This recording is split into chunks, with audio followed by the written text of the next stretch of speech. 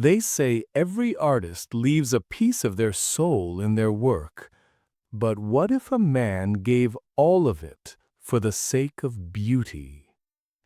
In the heart of Renaissance Italy, a time of light, of genius, of divine creation, there lived a painter whose art defied heaven itself.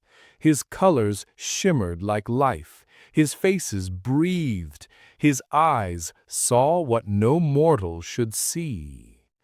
The nobles worshipped him, the church feared him, and the people whispered his name with trembling lips. For they said his colors were not made from earth, that his paint held something living, that he had found beauty so perfect it could only have been born in darkness. And when he finally signed his masterpiece, the world saw not a signature, but a curse. This is the story of the painter who sold his soul for color. Florence, 1483. The air itself smelled of paint, marble, and ambition. The world was waking from its long medieval sleep, and everywhere men were trying to become gods through art. In a small, cracked stone workshop, lit only by the trembling glow of a single candle, a boy stood before a blank canvas. His name was Luca. He wasn't born noble. He wasn't born rich. His father was a stonemason, his mother a seamstress. But inside that boy's chest burned something fierce. When others saw faces, he saw light. When others saw shadows, he saw stories. But Florence was not kind to dreamers. Art was ruled by patrons and priests, men who decided what was holy, what was beautiful, and what was forbidden. And for a poor boy like Luca, talent was not enough. He needed money and a miracle. Then, one night, that miracle came. A storm rolled through the city. Lightning painted the sky silver. Thunder echoed through the alleyways. Luca, unable to sleep, lit his candle and stared at the canvas before him. He dipped his brush into paint and froze. Something was wrong. The color moved. It shimmered, alive like the surface of a dream. He brushed it onto the canvas, and the figure he painted, a woman in blue, smiled back, not in illusion, but in life. Her eyes blinked. Luca stumbled back. His candle flickered, but the woman's face stayed lit, glowing faintly from the canvas. And in that flicker, he heard a whisper. Shh, more. From that night, he was never the same. Luca painted like a man possessed. He no longer slept, no longer ate. Each stroke seemed guided by something unseen. His colors, reds, golds, greens, shimmered with a life that frightened even his master. Patrons began to visit. Word spread. They called him Il Benedetto, the Blessed One. But others called him Cursed, because with every painting he finished, something in Luca faded. His hands trembled, his eyes dulled. He began to hear whispers when he painted, soft, inviting voices that spoke of beauty beyond the world of men. Give us more, they said. Give us your light, and we will give you color that never dies. At first he thought it madness, but when he mixed his paints again, the whispers grew stronger, and the colors, oh, the colors, they danced, alive, divine. The people of Florence gathered before his works in awe. Even priests wept before his angels, saying, "Surely this is touched by God." But Luca knew better. He knew what it cost him. Each masterpiece left him weaker, emptier, closer to something he could not name. He stopped signing his name. He stopped smiling. The boy who once painted sunlight now painted only twilight. Faces half lit, eyes that seemed to watch the viewer, pleading for freedom. And in every corner of his studio, shadows gathered, listening. His art had made him famous, but it was no longer his. Some said his talent was divine, some said it was genius, but Luca himself began to suspect the truth, that he had traded something precious for the gift of color, his soul for beauty, and the colors had begun to whisper back. They say every painter sees the world differently, but Luca, he saw more. Where others saw red, he saw the pulse of blood. Where others saw gold, he saw the warmth of the sun. And in the deep blue of the night sky, he swore he could hear the voice of God.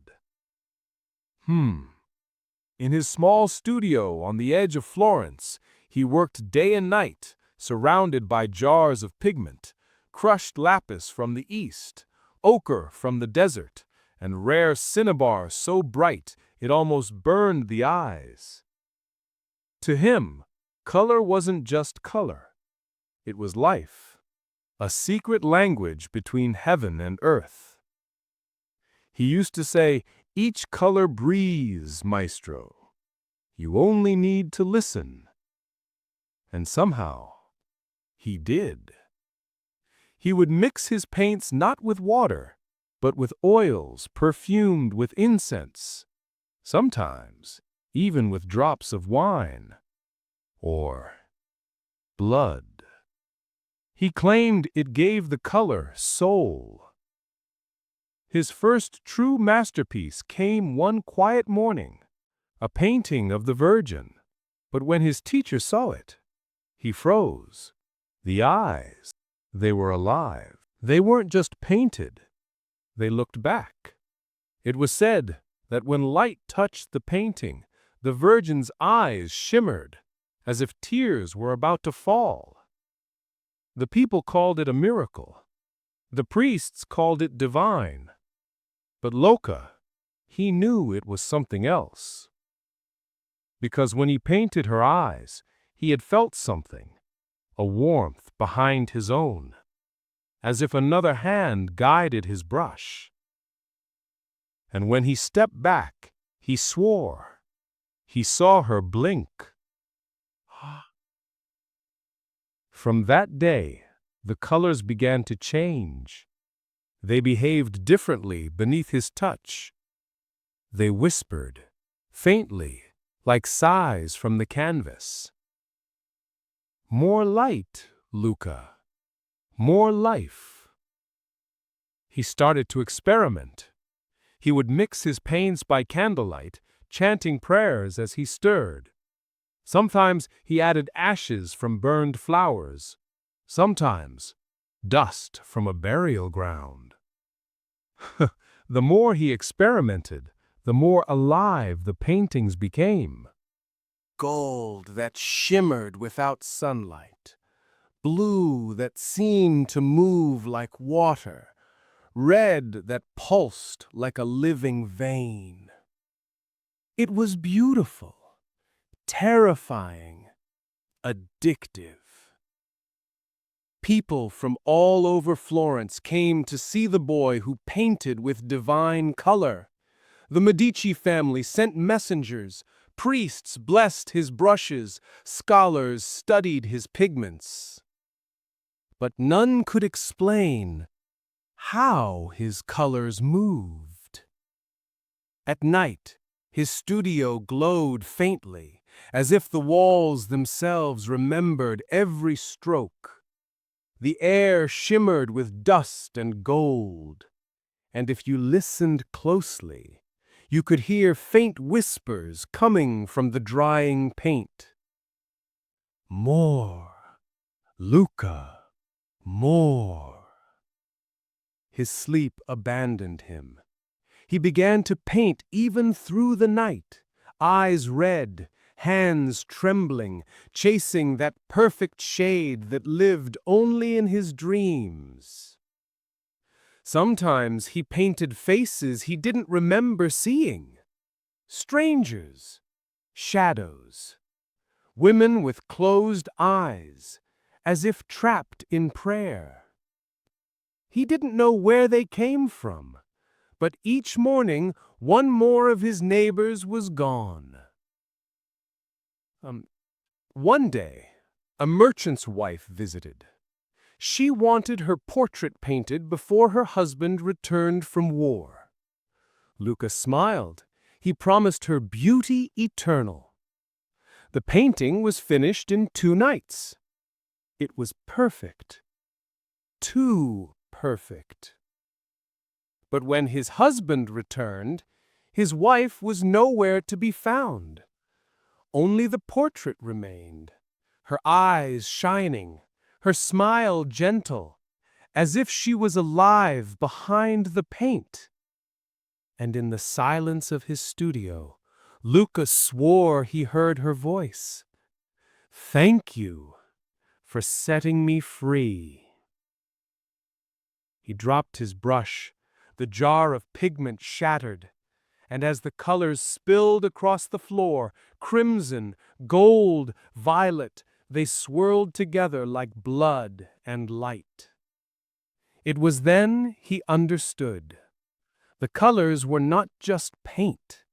They were doors. And something on the other side had begun to open them. Florence saw beauty, but Luca saw the truth. Each shade he used carried a whisper of another world, a world hungry to be seen, and through him it was learning how. Shh!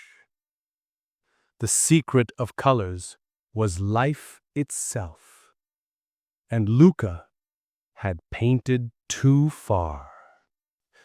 Every gift comes with a price, and sometimes that price comes softly, whispering through the cracks of your own creation. Luca had painted light itself. He had touched something divine, or so he believed. But the divine does not come without cost. His fame grew. Nobles, priests, and scholars came to his door, begging to be immortalized in his colors. Gold coins clinked on his table. Praise filled the air. But beneath it all, something else began to stir. Shh! The paintings were changing. The eyes no longer looked at him. They watched him. The lips of the painted saints curved when he turned away. The shadows in his studio moved even when no candle flickered. He told himself it was exhaustion, the toll of genius. But one night, the truth revealed itself. The moon hung low, pale and sickly. Luca worked late, his brush trembling in the lamplight. He was painting the face of an angel, wings of gold, eyes of mercy. And then he heard it. Luca. He froze. The voice came from the canvas, not from his mind, not from his memory, from the paint itself. Luca, do you want to see what true beauty is. He stepped closer. The angel's painted eyes glowed faintly, blue fire shimmering under the layers of oil. The air grew cold. The candlelight bent like it was being pulled toward the painting. And from the corner of the room, something moved. A shadow, tall, elegant, silent. It took shape, not fully human, not fully light. Its face shimmered like wet paint. It smiled. You've touched what others cannot. You've seen what mortals should not. But your colors fade, don't they, Luca? Let me give you what you truly desire. Perfection that never fades. Paintings that live forever. Luca fell to his knees. His mind screamed that it was madness, exhaustion, fever. But his heart, oh, his heart wanted to believe. What do you want in return? Only what all artists give eventually. Your truth. That night, something inside Luca broke. Or perhaps it awakened. He whispered a prayer, but the words twisted as they left his mouth. And when the shadow touched his hand, the world went silent. When he awoke, the painting before him was unlike anything he had ever seen. The angel no longer looked merciful. Its eyes were endless, pools of light and hunger. Its wings shimmered like living flame, and its lips whispered his name. From that day on, his art changed. The colors deepened beyond nature. Reds that burned, blues that devoured, golds that shone like the sun itself. People wept before his works. Some fainted. Priests called them divine visions. But Luca knew better. He began to paint faster, as if driven by invisible hands.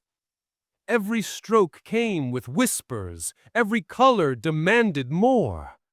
He stopped eating. He stopped sleeping. His reflection in the mirror began to blur. His eyes glowed faintly like his paintings.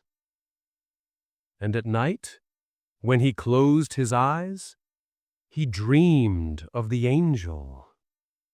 It stood before a burning canvas, smiling. Keep painting, Luca. The masterpiece is not yet complete. And so he did. He painted faces that breathed. He painted souls that screamed. And one by one, those who posed for him began to vanish. Beauty lasts forever.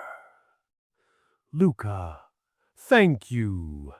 Set me free. And so he did. The people still called him blessed, but the priests began to whisper. Why did his models disappear? Why did his studio smell not of paint, but of blood? He had made his bargain, a pact sealed not with ink, but with creation itself. His art would live forever, but each masterpiece demanded a soul.